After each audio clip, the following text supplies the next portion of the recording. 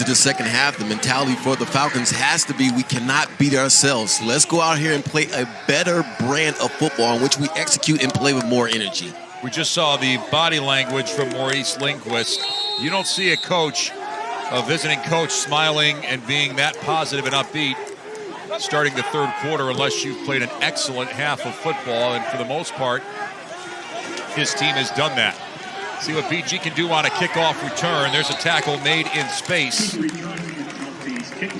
And ball is going to be spotted at about the 27-yard line. All right, Ryan, you put your Bowling Green coaching cap on.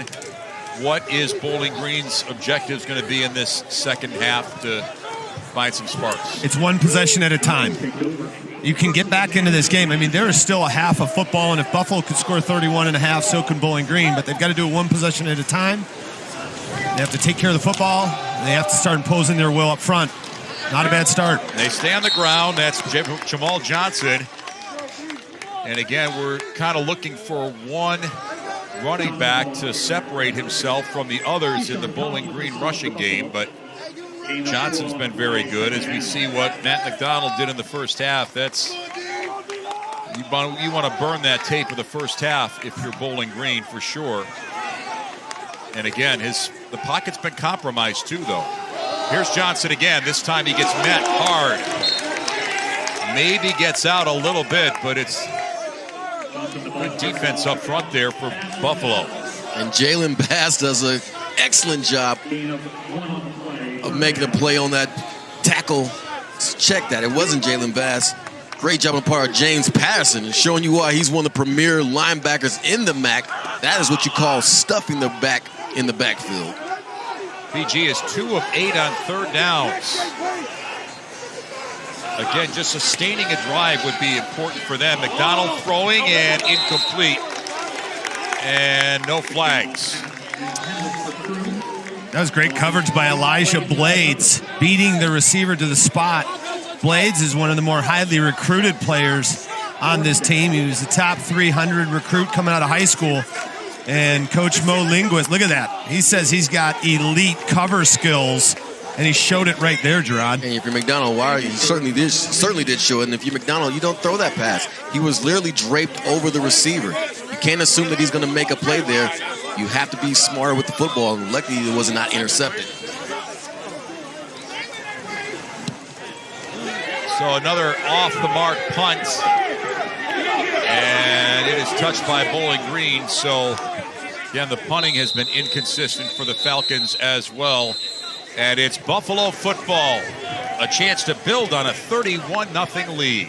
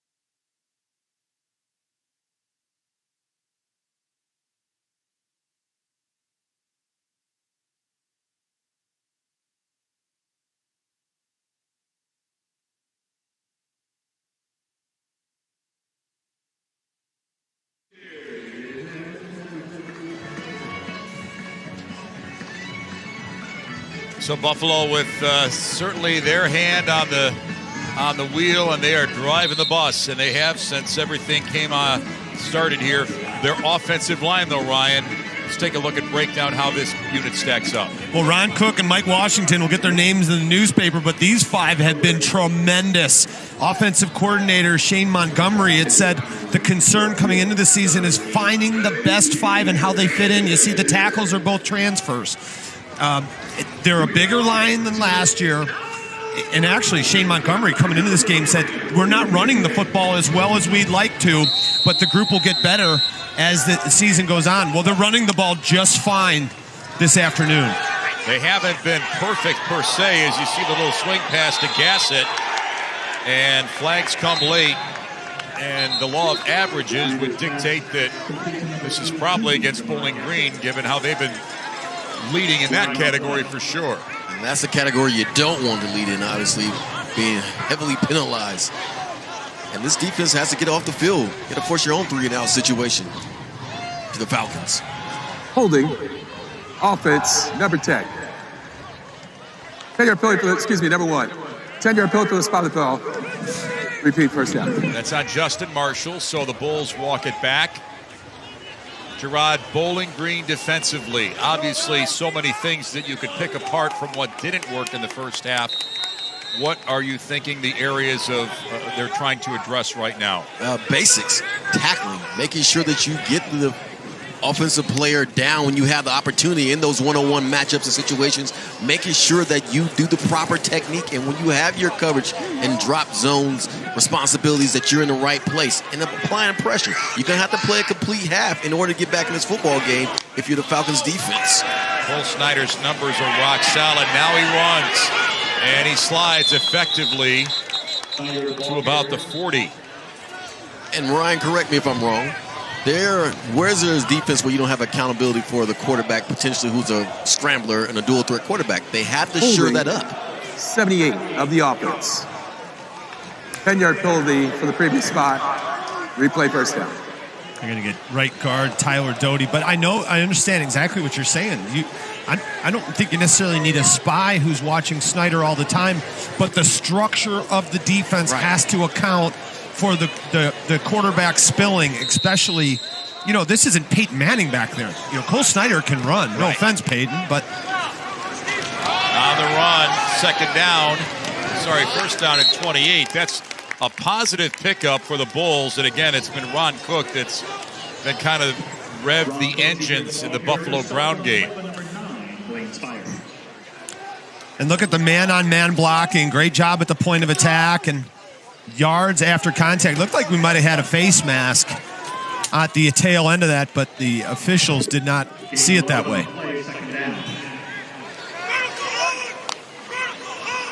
Snyder with a good amount of time, and now a ball sailing incomplete.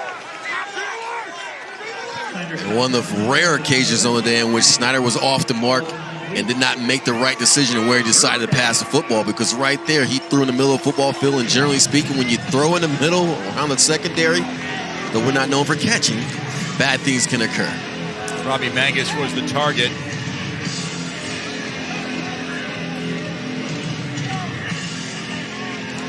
Coach Lindquist says that the Dartmouth transfer Mangus is like an offensive lineman as far as blocking goes, but he's got deceptive speed and good hands. He just wasn't 8 foot tall to catch that pass. So you're telling me he's a lineman in a tight end's body? That's right. Third and long. Ball up in the air. Oh, boy. Bobbled. Man, we've got so many bobbled balls today. The receivers can't make a clean catch, so it's incomplete, and the Bulls are going to have to punt. And Mangus, this is your opportunity to get the football. This is a nice back shoulder throw in the seam area. You have to catch that. When you get your number called, because they don't go to him that often, you have to make that play. But again, you described him as, well, not my words, but your words, a lineman in a tight end's body. Oh. Yeah, but he also has good hands and deceptive speed. So, so these things kind of balance themselves out after a while. Yeah, the speed was Now that ball goes through. I don't know if he touched it or not. And the officials are going to probably convene, and that was a Poor decision by Jake Rogers to get so close to that ball. I think the officials are going to say no touch, ergo. Ooh. And very fortunate to not hit close. him. Yeah. But the rule of thumb is when you have a situation where you cannot get to the football, you make a stay away call, 31-0. Buffalo has the lead.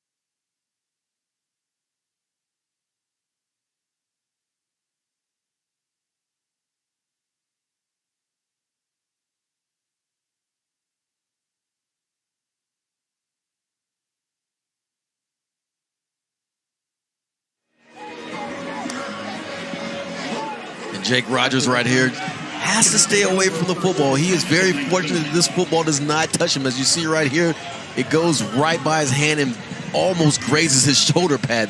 Very fortunate that that football did not hit him. One of the few things that does not hurt Bowling Green. They've had a lot of mistakes today that have led to the 31-0 score, but in all honesty, Buffalo would still be leading this game, but the margin wouldn't be as wide. On first down, McDonald looking, now throwing. That's complete. Tight end catch to Andrew Bench, and Bench stays up, gets beyond the 30. So, boy, the problem is we've seen it happen, Ryan, with these receivers in open space. Easy catch, drop. Yeah. Not this time. No, Bench is able to secure the football. And let's see what type of confidence and momentum this gives the Falcons offense. But, you know, stringing together positive plays has been an issue. Put it on the list, I suppose. From the 30, McDonald taking a deep shot in same spot to Andrew Bench. Wow, he targets him twice and gets back-to-back big plays. That's 26 yards. And hey, you know what, Ryan? We can look at his stats, Matt McDonald's numbers all day and say, wow, what a bad passing game he's had.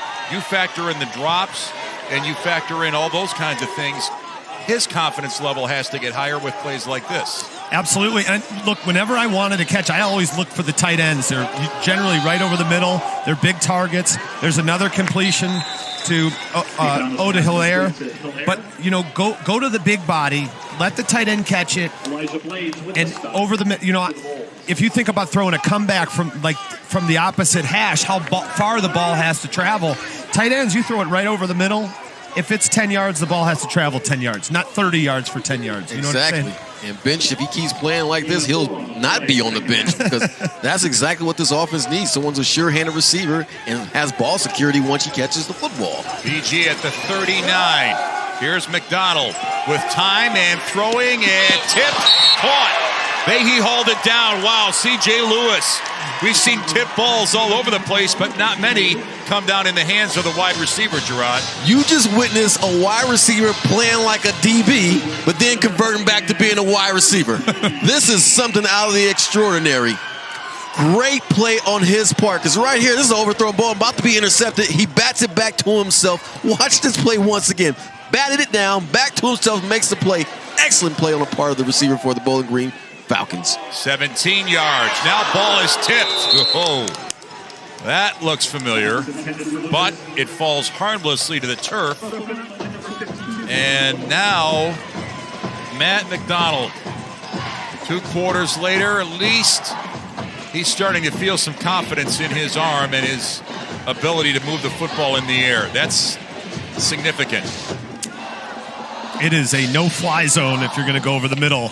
That's the thumper right there. That's Sean Dolak. And these slot receivers are going to think twice about running those interior routes with 52 in the middle. McDonald throwing in the middle. That one's caught by Tyrone Broden. And all of a sudden, momentum, if there is such a thing, is coming together for Bowling Green offensively. That's right. 6'7" wide receiver Broden goes up in the air and comes down with his pass, Ryan. A nice job of getting ball security, knowing he's going to take a shot. I love the McDonald. You know, he catches it in the shotgun, quick 3-step drop, on rhythm and on time with the football. So that's a 16-yard pickup, and the Falcons in the red zone. They have 4 first downs on this drive. Oh, here comes pressure. Now back in the end zone. Oh, no. But not a terrible throw, because he threw it in a place where the DB could not get it. That's Bowden again, trying to use his 6'7" frame. It's from West Bloomfield High School in suburban Detroit. As you see right there, 6'7" frame still could not get up high enough to pull that football down. And Ryan, this is another occasion where, again, on the run, we see McDonald not being able to make an accurate pass. Yeah, it's a really difficult thing sometimes, especially when you're throwing back across your body. Johnson turns it back in inside the 5, down to about the 2. It's like Jamin Muse, the defensive back, came up and shut that run down. And if I'm the Falcons, I'm thinking, even if this is not a positive play on 3rd down, I cannot bring my field goal unit onto the football field. I have to get a touchdown. Let's not revisit that, shall we? You guys know what I mean. 3rd down and goal from the 3 on the ground, and the push is not going to get the end zone. And the ball is stripped out. Buffalo has ripped it out, and the Bulls are going to run big time down the sideline. That's James Patterson, who's got a convoy, and it is a touchdown. Buffalo, 98 yards on the strip.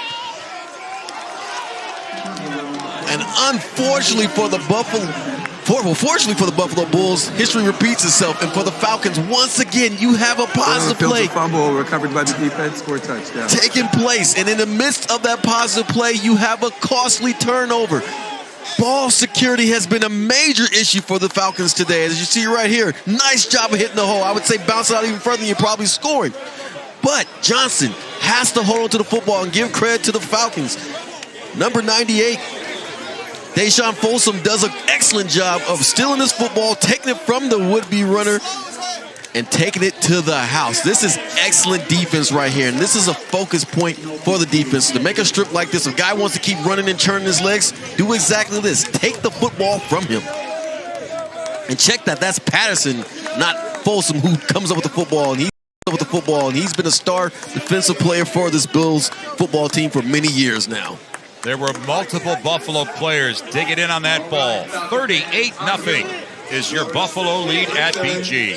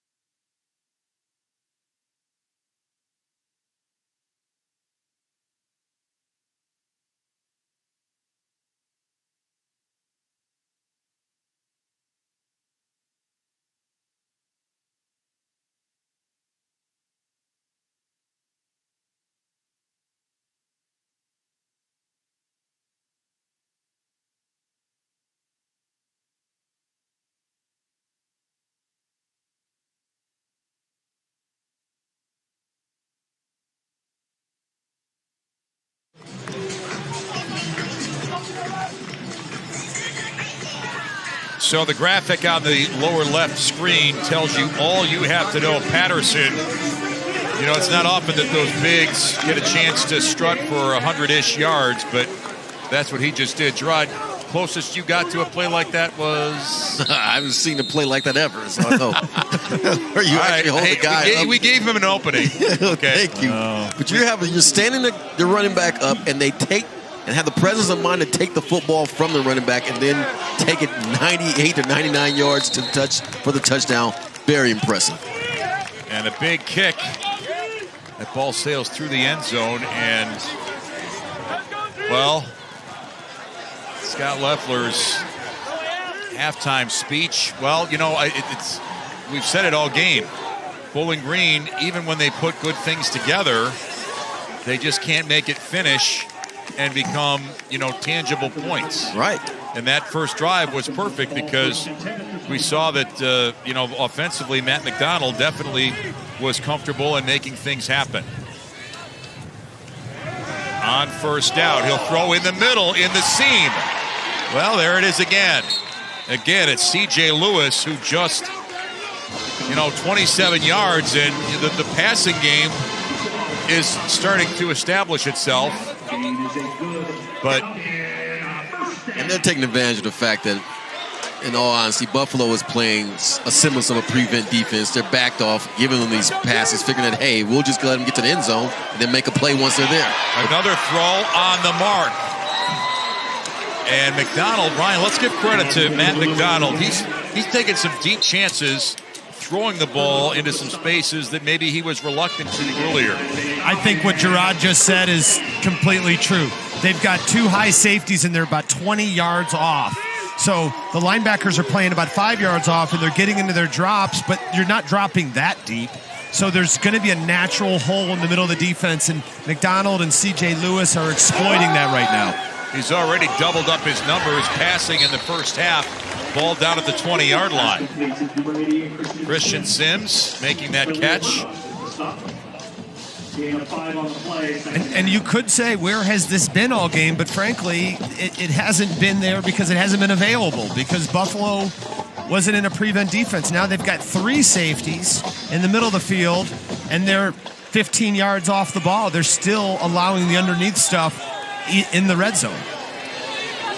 And couple that with the fact that they're going with a three-man rush, and they don't even have their starters in the defensive line in there as well. So, yes, Bowling Green should be taking advantage of this opportunity. And McDonald avoids the slide and avoids the contact and gets right to the first down marker. Because if you're going to go with a three-man pass rush, that's pretty much saying that, hey, we know you're going to pass, and we're not trying to put pressure on you. And obviously, McDonald, to his credit, has done a much better job when he doesn't have the pressure. But when they've applied it, it has not been that successful for the Bowling Green Falcons. So the first down makes it 1st and 10 from the 15. And on the ground, they go with Teron Keith, who's not been featured too much in the run game for BG. And if I'm McDonald in the huddle when I'm calling the plays, I'm telling the guys, ball security. Ball security. It's not enough to have just positive plays. We need to keep possession of the football. That's first carry of the game for Teron Keith, to your point, Dan. 2nd down and 6.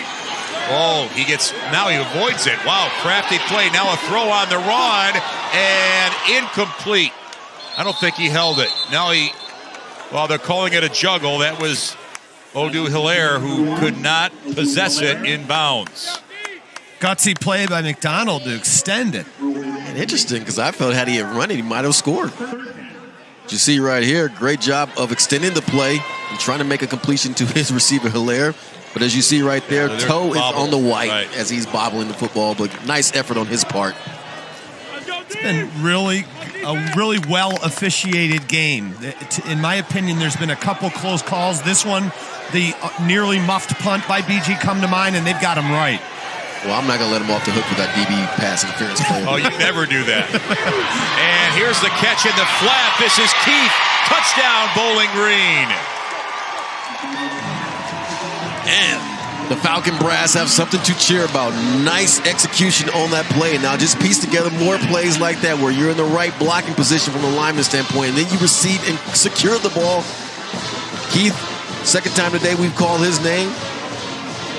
Great job on his part of getting to the end zone and create a positive play to give the fan base here, as well as his teammates, something to cheer about. Credit that offensive line, too. Jakari Robinson, Jalen Grant getting out in front of Keith. Look at the big fellas leading the way. That's how you sell a screen. Earlier in the game, what did we see with the screen? We saw a situation where they completely let the defenders run through the backfield to surround the quarterback McDonald. But right there, engage first, make the initial contact, then let the defenders go by and make the play, as you see it taking place right here. Great job of execution of the screen and getting a hat on that hat. So an excellent execution by Bowling Green. And they take that 0 off the scoreboard. And more importantly, right? Avoid the shutout. Right. We'll see. I'm interested to see what Buffalo does on their next defensive possession if they're going to stay. And it might depend on how they do offensively here, but do they stay in that prevent defense? Right. Because in 2 possessions so far this half, McDonald primarily passing. The first one, 9 plays, 78 yards. And then they come back in 80 yards. The only difference on the second one is they finish it off with points. And then the question becomes with that, does Bowling Green have enough possessions left in the game to get back into place? Because the long drives and methodical drives probably won't work. So at some point, they're going to have to do more explosive plays to close the gap with the Bulls. Bowling Green's last shutout here at Deutsch Perry, when they were shut out at home, that was back in 1995, so you can take that off the board. Line drive kick goes into the end zone. And Ryan, I guess, you know, we talked about there's a flag on the kickoff at about where the kickoff was kicked. Ryan, we talked about, okay, what are your Scott Loeffler at halftime? How are you motivating your team? How are you kind of positioning them for the second half? Offside. Kicking team 17. 5-yard penalty ended on to the end of the kick. First down. At this point, I guess my perception would be, hey, let's just get confidence back. We can't maybe get points. We can't maybe get all the way back and make this a really competitive game. But we got to get confidence first. Yeah, I like that because the season doesn't end today. You know, they're still deep in the MAC. It's only their first loss in MAC play. But you don't want this type of play to linger. And you have an opportunity to change it right now. And this is a good start defensively. You know, the offense has woken up. They need the defense to do the same thing. And you see Husky coming up and making a play. Mike Washington carries there for Buffalo. Yeah, and the key to this play right here is the defense does a good job of stringing their play along and not allowing Washington to get upfield with the penetration and the ability to run laterally to the sideline and then force the play with the one-on-one tackle eventually. Brings up 2nd down and 7. Bulls have been in command from the opening kickoff. A gutsy run where Buffalo just will not go down. More importantly, they keep possession of the football with ball security. Another good job on the part of Washington of running the football effectively. Yeah, he looked bottled up at the line of scrimmage, and somehow he squirted out, and he turned what appeared to be a stalemate at the line of scrimmage into a 9-yard gain. We call that an effort play on his part. Wanted more than the defense wanted to bring him down.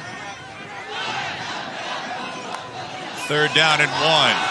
This is Washington waiting for blockers. He gets enough, and boy, he just keeps pushing and pushing. He gets about 6 or 7 yards out of what should have been 1. And right now, if you're going to ask me who has a better weight room program, I'm going to have to go with the Buffalo Bulls because they seem to be much more stronger than the Falcons in regards to who's pushing who around on the football field today.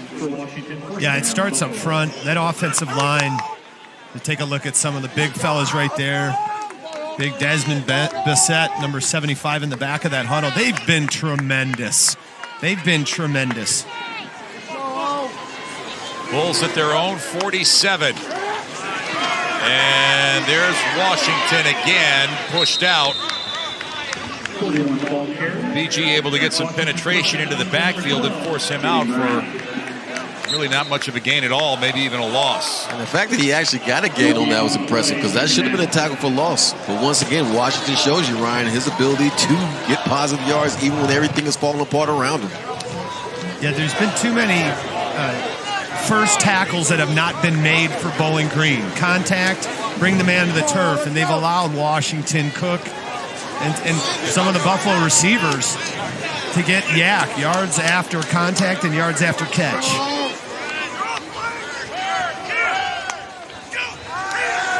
Snyder's going to throw, and a tight ball, a comeback route complete.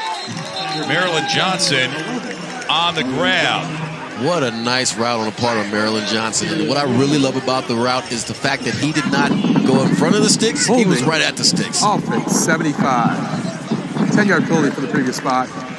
Replay first down. So Marlin's reception is going to bring it back after the flag. You know, if you're going to hold, it's hard to hide that when you're playing on the edge and you're 6'7", 305. There he is on the left of your screen. Just gets beat and Correction, replay second down. holds him up. Yeah, because the tackle, he's out in space. You know, when you're a guard or a center, a little bit easier to hide the hold. So they lose 10 yards.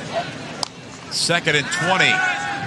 Snyder, a little safe throw and a missed tackle with Cook on the reception. He still spins out and gets almost back to the original line of scrimmage. This is that effort, Gerard, that Buffalo's been giving all afternoon. The missed tackle, frankly, barely gets his hands on him, and they have to rely on the eraser, Chris Bacon, to come up and make that tackle, which, frankly, was probably a touchdown-saving tackle. Yeah, so what could have been a tackle for a loss ended up being a positive gain. And that is disheartening to a defense and a football team. Snyder with time. Now he double pumps and sails it over the head of Marlon Johnson. Snyder took a shot. Bowling Green, for one of the few times this afternoon, was able to get into the backfield, pressure Snyder, and make him throw before he was ready to. And though it's unlikely, if you're Bowling Green right now, you're saying, watch the fake. Watch the fake. Yeah, Buffalo had a few tricks up their sleeve on special teams in the first half. Pretty much anything they did worked out well. Good punt caught on the fly at the 11-yard line, and taken down not long afterwards is Jake Rogers. Jake Rogers showing his ability to be elusive, make a couple guys miss, and more importantly, properly. One last thought on Buffalo's offense right now, Ryan. At what point do you have to make a decision about, hey, you're still going to be aggressive. Obviously, you still need to be productive, but the way the scoreboard is, you're not playing with any real great sense of urgency.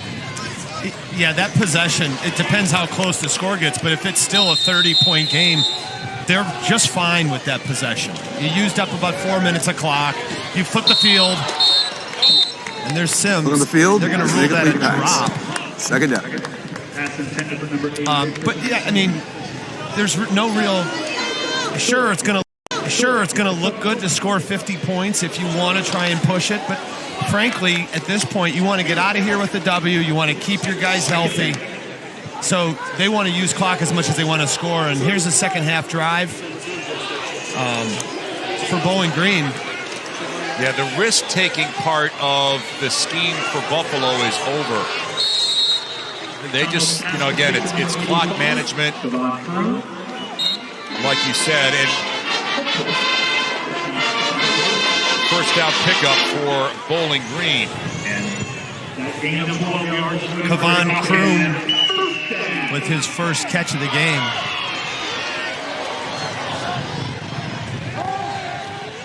McDonald throws, and two men converge, but it is a catch for Bowling Green against.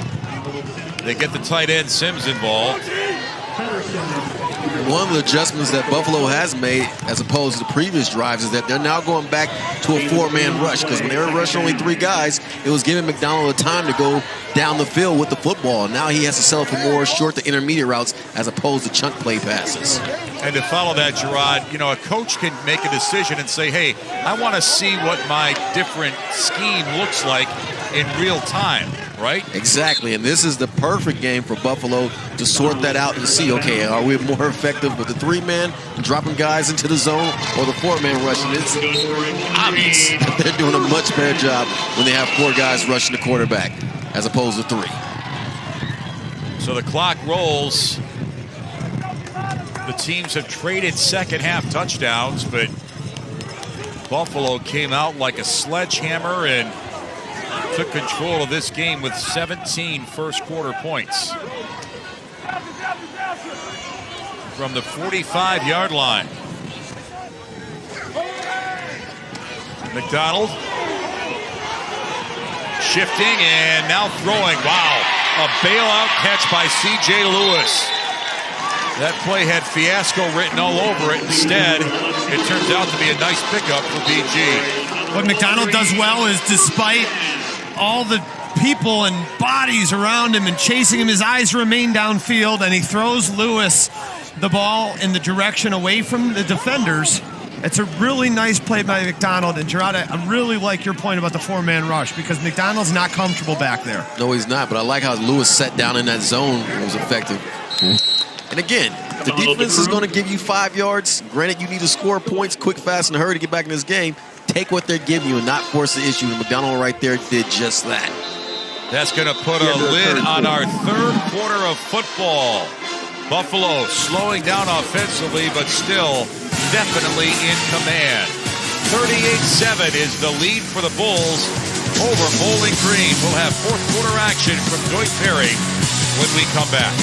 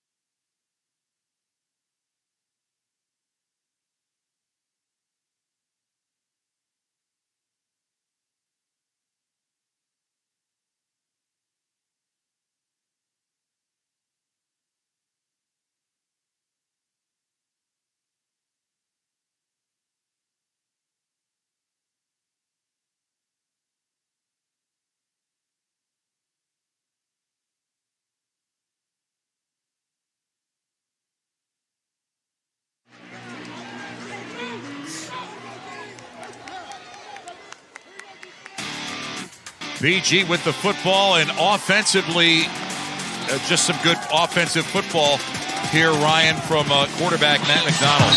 Well, it's much improved. He had a tremendous quarter rather, the third quarter, throwing the football, and he's really finding receivers. There it is again. Short. Buffalo is going to allow that. They're keeping everything in front of them. But statistically, it's going to look good for McDonald.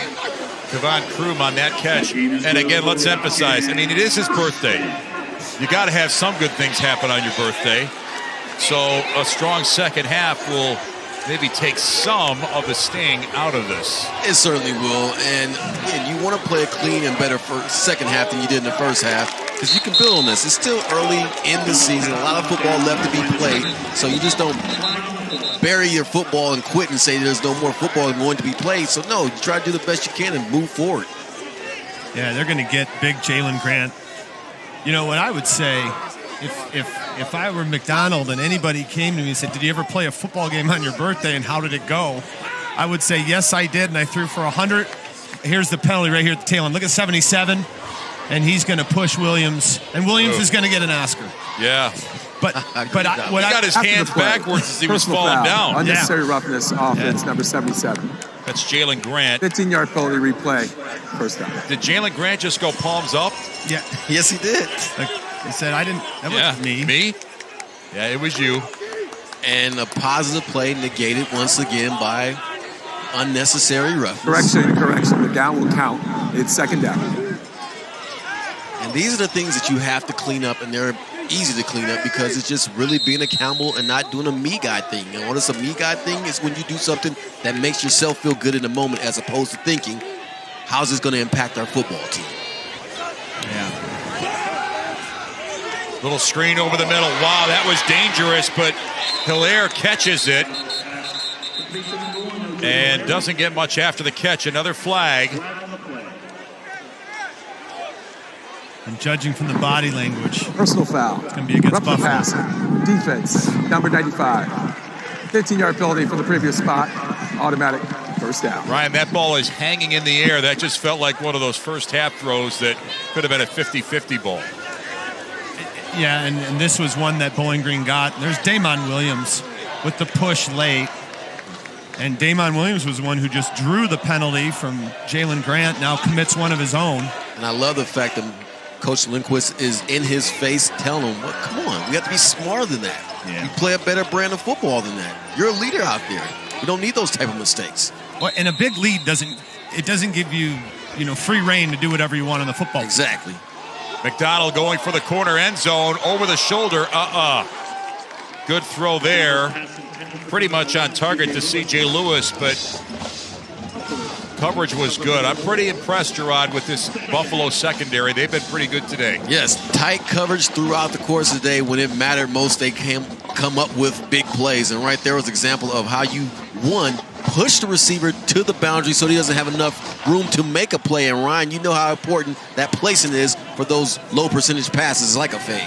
You have to give your quarterback room to make the throw. And that time it was Elijah Blades who pushed Lewis out. And, you're using that 12th defender, the sideline, and it just creates a smaller and smaller window, but they're going right back to it. Same spot. Ball knocked away. Different receiver. That's Odu Hilaire. Same defensive back, Elijah Blades. I think they might be better served to pick on somebody else because number 2 can flat out cover, Gerard. And it's been that way throughout the course of the game, and a great job. They're going to come back to that same play. Guess what? I'm going to give you the same type of results, and if you might throw this pass again, he may intercept it because his confidence has to be high right now. And if he does look back for the football as opposed to playing the receiver's hands, he might have come up with an interception. Yep. 3rd down and 10. We've seen a much more efficient Bowling Green passing game in this second half, but see what they dial up here. Now it's, a good takedown. McDonald gets tossed. And they are all fired up. Ibrahim Kante is the one who is going to get this sack. Kind of got pushed into it, but still made the play. So it really screws up BG. Now it brings up 4th down and 19, and this point, there's really no reason to have your field goal kicker out there, and you're not really in range anyway. First sack on the season for the NC State transfer Conte. 4th down.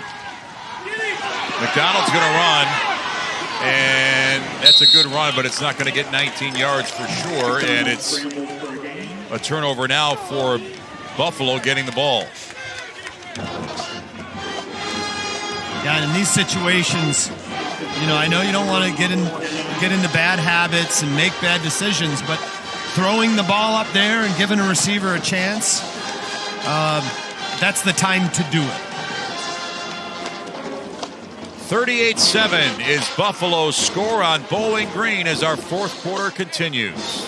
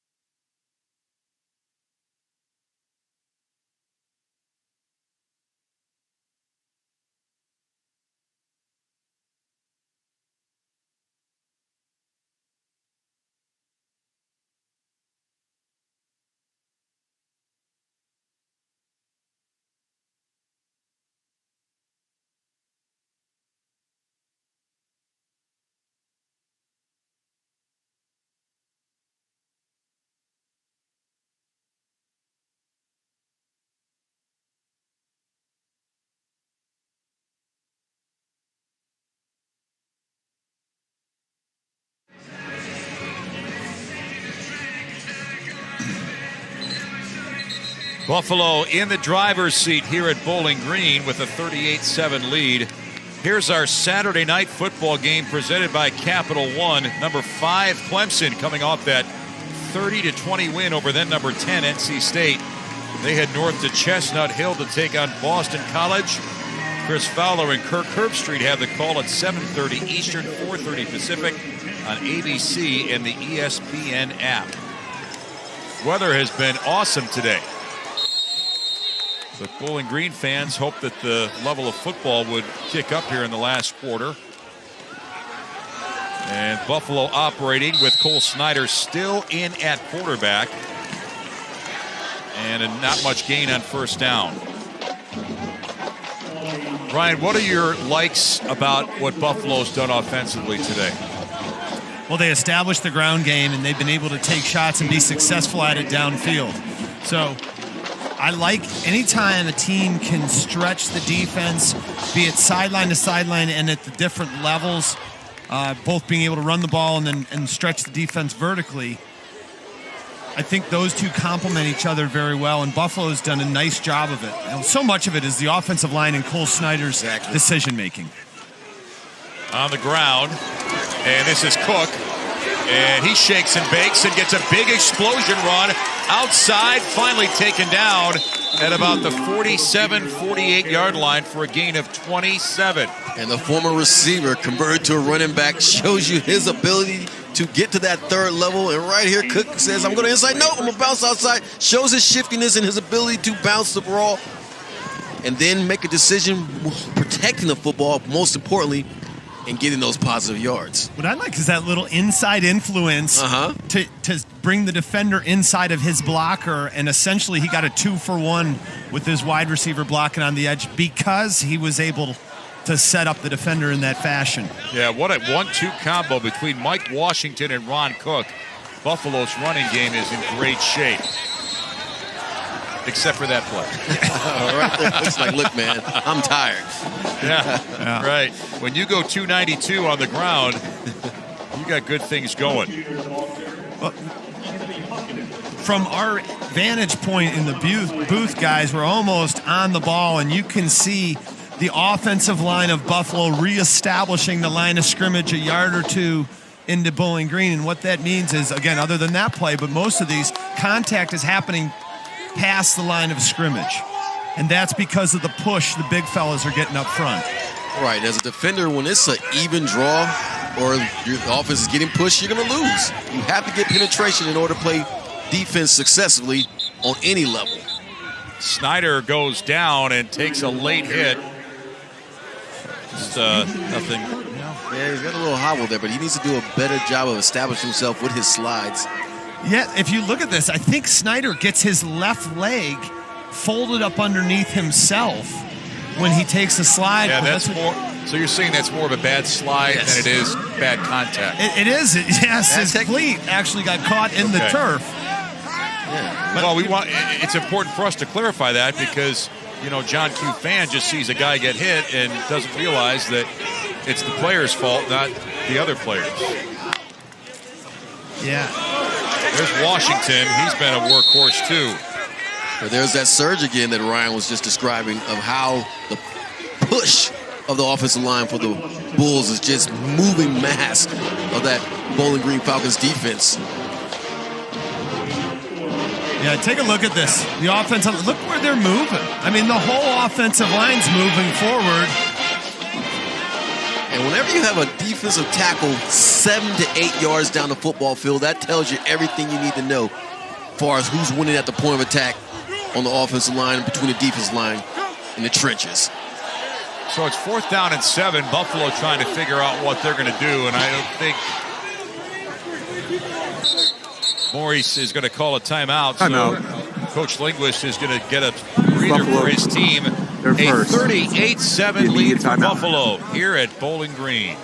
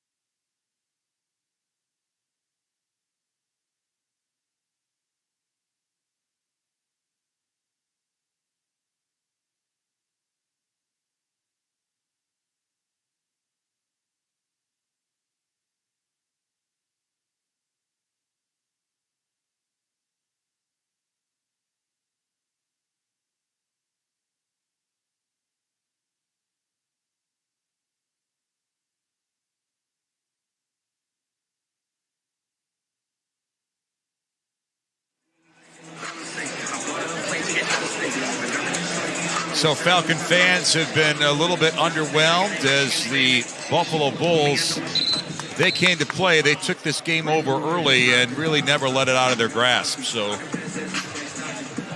4th and 7 opportunity here. And they show punt. And in the first half, their special teams had all kinds of surprises for us, but probably with the score now, it's going to be a little more conventional. Yes, and Coach Leffler, Dan was writing some notes. I would love to see what he has on that pad. Probably not too pretty.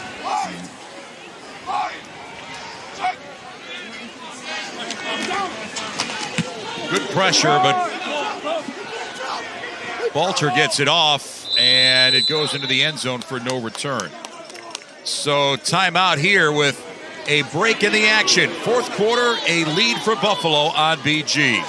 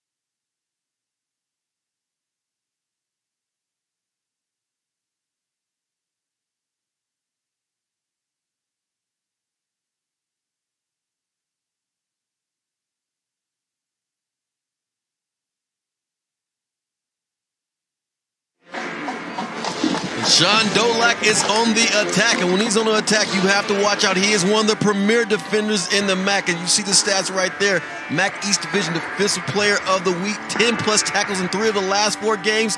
And guys, he's put up that same temper effort today.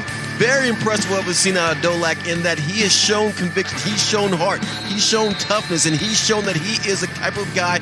Is the reason why he earned that scholarship is because of the fact that he takes the game seriously, and when he's on the football field, he plays at extremely high level. Screen pass is complete. Sean Dolak just drew a flag for a hold. Okay, well, bad timing award, but okay. Listen, it's as good as it. Holding. Offense number 77. Okay. 10-yard penalty from the spot of the foul. Replay. First down. Yeah, what I was going to say is Jalen Grant had to grab him, and sometimes drawing a holding penalty is better than making the tackle. Exactly, because then they go back 15 yards. And we're looking at it here. He's 2 tackles shy. He's at the bottom. You see 13 tackles, 2 tackles shy of his career high in a game. That was earlier this year. In week 2 against Holy Cross, he had 15. And you can't say enough about a guy who earns his scholarship. Didn't get out of high school, comes on campus, underrated, and finds a way to get the job done. Now he finds himself being a starter and one of the stars along with Patterson on this defense, because as you know, Buffalo is called linebacker U. Yeah, how about Max Michel coming in from defensive end to basically put down McDonald and make it a big loss for BG. That has been a common theme today, a big loss for BG. But when you have leadership like Patterson and Dolak, in the middle of the football field, make the calls, and at the same time being sideline to sideline type of defenders, positive things are going to take place for your defense, and they played tremendous today. Second down and 18. The Falcons have abandoned the running game in this second half, considering they were down 31 points at halftime. There's a catch in traffic, and again is Teron Keith, who's really had his number called. Dolak, though, Ryan makes that tackle. Again, he just continues to make his presence felt. The only question I have after watching Sean Dolak is who didn't want to offer him a scholarship coming out of high school? I mean, because he just didn't start playing with this mentality, Gerard. Well, it shows you, Ryan, that the scouting services aren't perfect, and sometimes you miss on guys. And also, too, there's something to be said about, did he have a growth spurt, and did he figure out how he wanted to approach the game from a mental standpoint and through his maturation process? You never know, but you're right. How does a guy like that get missed? But I tell you one thing, Buffalo is certainly happy that they found him. And they actually, speaking of Dolak, they might have got him with pass interference downfield. Buffalo saying the ball was tipped. There's no foul in the play for pass interference. The ball was tipped at the line of scrimmage. Third down, fourth down. And let's see if we... As you see right there, Yeah. the ball is certainly tipped. So I don't know how you make that call, because it wasn't catchable at that point. Yeah, Dolak in coverage, what I was talking about. He was about 7-8 yards down, and the tight end came to run a smash route, and Dolak ran right into him. It's like one of those where how far down the field are you allowed to create a collision? Yeah, he covers a lot of space for sure for the Bulls. And punting here, fourth down and 5. Just a junior. So he's still got some football left in the tank for the Bulls. And a good punt. And it takes a Bowling Green bounce. No return inside the 14. Let's call it the 12 now. Timeout here at Deutsch Perry Stadium with Buffalo in control, leading Bowling Green 38-7.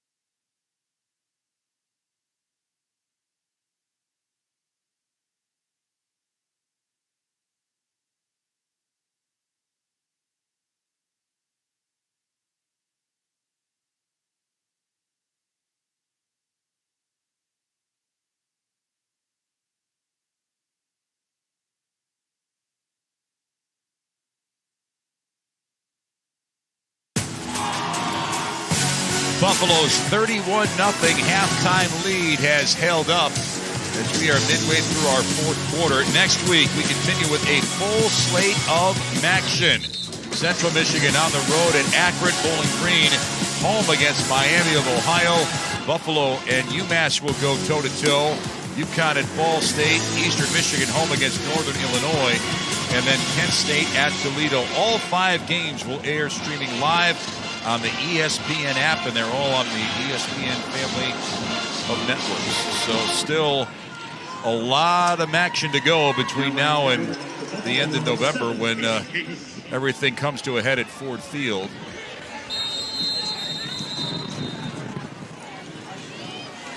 So a quarterback switch for Buffalo. And they hand off on first down. And this is Casey Case, sophomore from Winter Park High School in Florida.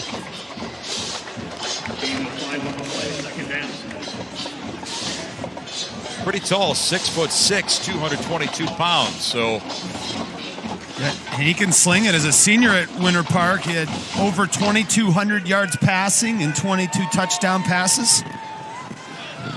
Well, I got a feeling he won't get many passing opportunities. No. It's always the worst is that part. what you're, Gerard, is that what you're hoping for? Or is that what you really think is going to happen? Well, they do stay on the ground. They've got L.J. Henderson and Washington in the backfield. So Ron Cook has been dynamic, and ditto for Washington with a 92-yard touchdown run in the first half. Ryan, it's hard to find fault with anything Buffalo's done offensively today. Yeah, I mean, in the second half, they haven't been as explosive because they're more concerned about that 6:41 counting down to get out of here with a win. But they have been very efficient running, throwing the ball. And as I've said numerous times, it's because of those 5 guys in front blocking. The offensive line has been very impressive. Multiple plays and only a couple times you can think of a miscue on the part of Buffalo Bills on offense. Henderson tries to get wide, but Bowling Green able to shut him down. And they're going to see if they move the chains here. Still it doesn't first happen. down. You know, it's a very rare thing in football that it's a recent trend is the lack of measurements. Oh. You never see measurements anymore in football. You know what? That's an excellent point, and it's probably my 15th of those today. But go ahead. But who's counting? Yeah, I know. It's so insightful. I can't even come up with anything that would counter it. So that's what happens when you get hit early. Yeah, right. We'll let you bask in your 14th moment of glory. Is that 15th. Okay. And 16's coming in 1 second. And it's very good. And to make it even more difficult, it'll be about the same thing, the chains. So here's what it is, guys, and I have a question for you. Okay. With so many technological advances, why are we still measuring 10 yards with chain links attached? Like, there's not lasers that go out there, and then you know if the football, which would also have some sort of technology linked to that, passed it or not. Did it break the plane? Probably a chain gang union is preventing that from taking place. Yeah. That's a fair point. Those guys get paid too, and you just want to take money out of their pocket. Look I'm going to tell you, I did a high school game in Ohio last night, and I saw a first. One of the guys got tackled, and he took out the stand-up part of it and broke it. And there was a delay in action, and they had to go into the field house, and the ref came running out with a fresh set of chains. We went to the backup chains, not the chain gang. They were fine, thankfully. Right. But the actual chain. Yeah, but the actual chain broke. Well, and if they had made the advancement that I had suggested, which is the laser, you wouldn't have to worry about having a backup set of chains somewhere. I'm pretty sure at some point, though, that will take place, that they will put the microchip in the actual ball, because they actually have them in ball as far as measuring the pressure and things of that nature. So why not that route? Yeah. And then we'll burn this tape so the chain gang union doesn't blame me for it. Costs us a job. Yeah, cost a job, yeah. You may have to keep a low profile for the next couple of weeks. I think you're right. Yeah. Like, that was him, not me. Yeah. Matter of fact, I'm going to scoot over here. Yeah. I'm going to show up next week here to do the game with Dan, and I'm going to have a fake mustache. Right. I'll have like dark hair. That's what Eli Manning did last week in the Peyton place. Yeah, undercover at Penn State. You can call me Chad Powers if you'd like. Right. That was a funny bit. Yeah, Eli's Places is pretty good. They do a great job. Not enough pressure on the punt, and BG's going to get a return out of this. This is Jake Rogers, but he is swarmed and taken down.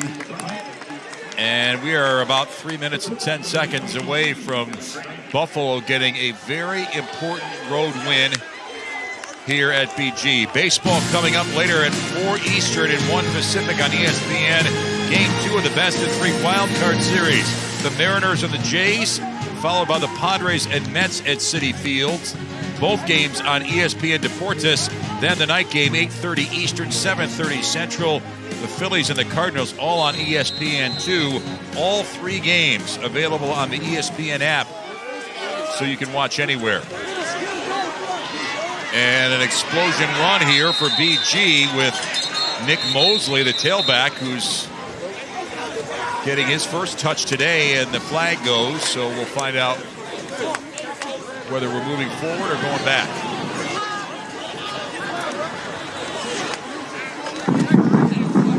Personal foul, face mask, defense number 3. That 15-yard penalty added on to the end of the run. Automatic, first down.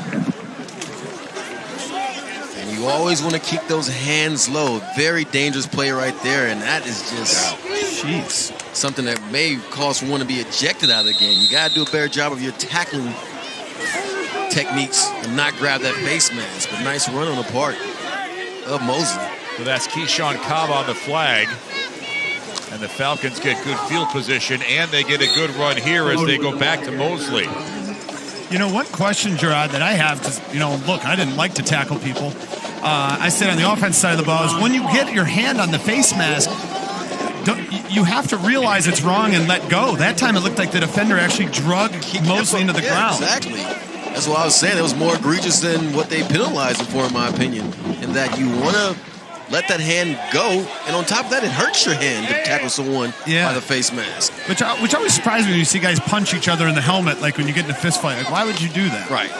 Open palm. I thought you'd be teaching it. So Mosley on the run. We should also obviously reference the quarterback switch. So Matt McDonald's done. Camden Orth has come in under center for BG, but I don't think he's going to get a chance to showcase any of his skills in the last couple minutes here. Transfer from the Long Island Sharks. Long Island made their way through the MAC a little bit. They played Toledo. They played Akron. The great Ron Cooper from former Eastern Michigan headman is the head coach at Long Island right now. Orth gets overwhelmed and taken down.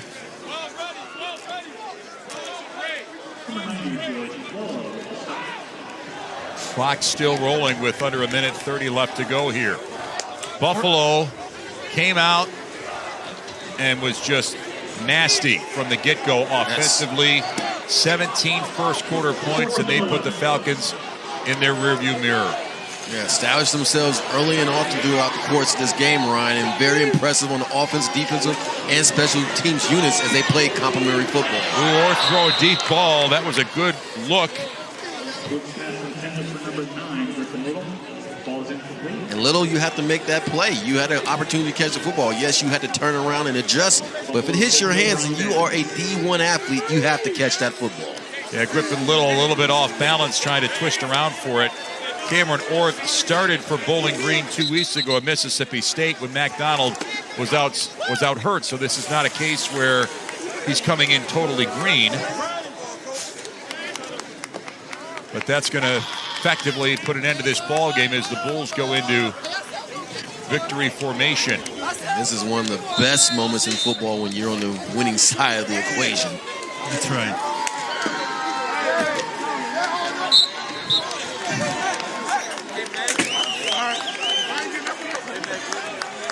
So the road trip is successful pretty much all the way across the board for Maurice Linguist and the Buffalo Bulls, who have made a statement that they are the real deal here in the MAC East. 3-0 in the MAC East.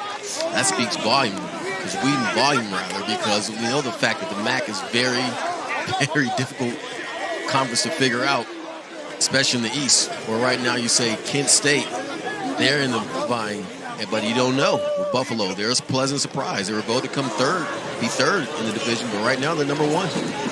Every week is a challenge in the Mid-American Conference, but Buffalo came in and just did what they needed to do, and Scott Loeffler will shake hands with Maurice Linguist. And for Bowling Green, the upside for them, Ryan, is they get a chance to come home next Saturday. Obviously, this is not a great, they're not in a great mindset now, but they can at least start building and looking back and saying, all right, we know there's things to correct. Where do we start? Some of these guys from Bowling Green, real competitors, they want to play tomorrow because you want to get this taste out of your mouth as soon as possible.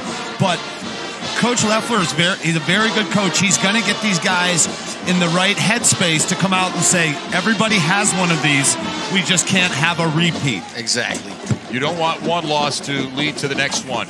Gerard Cherry, some final thoughts from you. Exactly. You don't want the snowball effect. And if you're Buffalo, what do? You build upon this. You send a message to the rest of the MAC that, hey, we are on the attack and we are here to be taken seriously, and that we're going to continue to play at a higher level, and whoever comes our way, whether we have to be home or away, but we're going to play at a high level as they did today. Very impressive effort on the part of Buffalo and what they were able to accomplish against a good football team in the Bowling Green Falcons. Great game, guys. I'm Dan Gutowski, Ryan Kavanaugh, and Gerard Cherry. We say so long from Doak Perry Stadium in Bowling Green, Ohio. Final score of Buffalo over Bowling Green, 38-7. All games airing on the ESPN network. They're streaming live and archived on the ESPN app. This has been a presentation of ESPN.